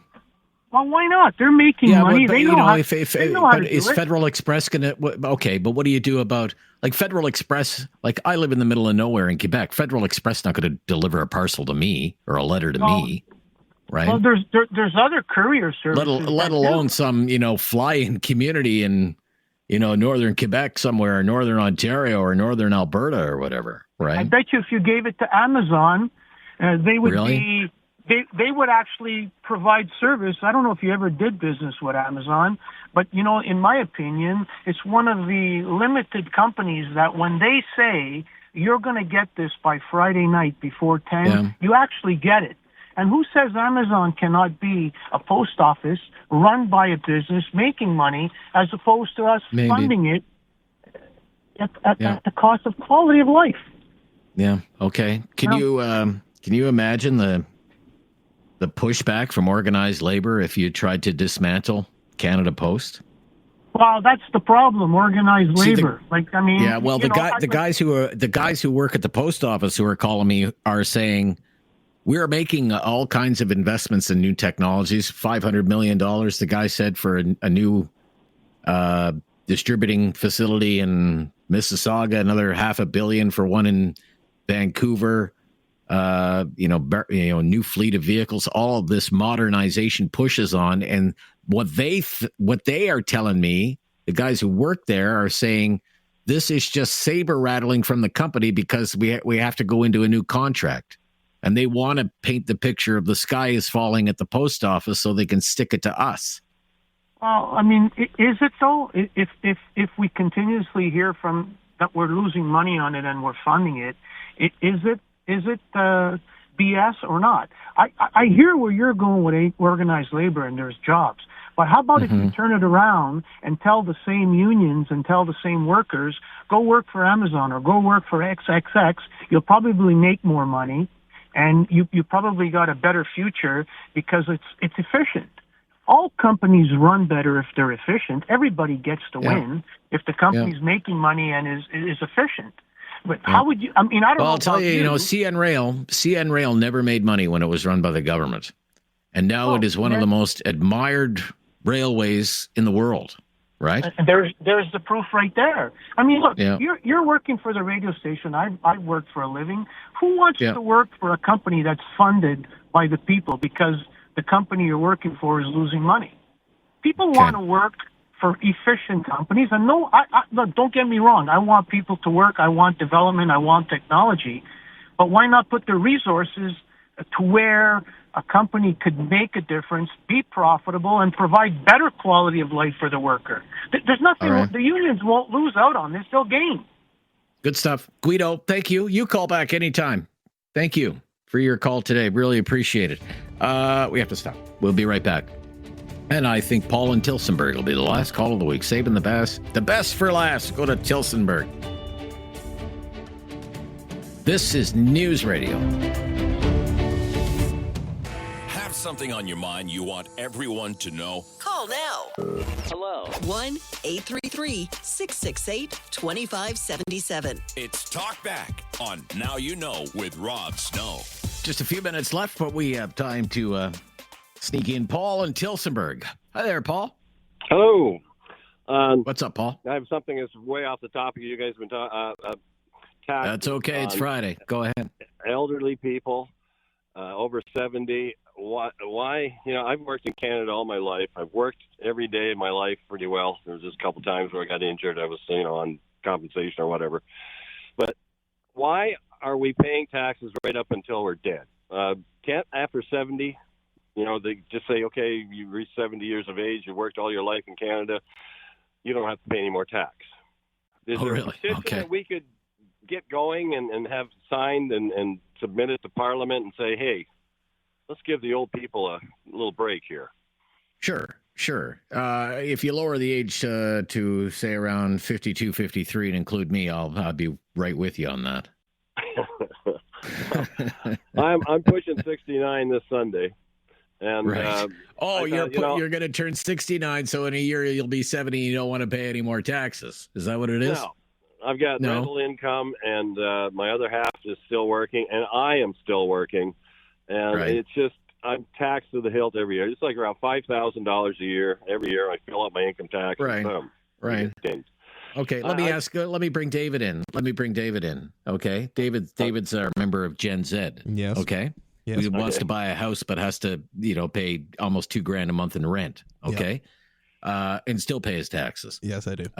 So David, Paul's got an idea here. 70 years old, you turn 70, you don't pay any more tax. Maybe you bought a house for $85,000 and now it's worth $1 million, but you shouldn't have to pay any more tax. What do you think of that idea? You pay the taxes of the 70-year-old too, David, in addition to your own.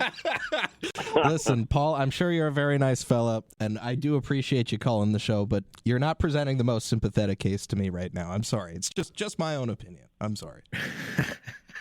Well, it's just I'm tired. Good try, Paul. I am Good too, try. Paul. I am too. Okay.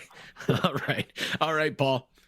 Thank you for your call. Thank you for listening to me. All right. Yeah, didn't get very far with that one, I don't think. No, it's not that we don't love old people, okay? My parents are old people, for crying out loud. But, yeah, come on. We can't give a tax holiday to everybody over the age of 70. How fair is that to David? It's not generationally fair, which I believe was one of the topics that we talked about this week, Dave, during Talkback. David, you have a wonderful weekend. And we'll be back on Monday. The latest breaking news is coming up next. This is News Radio.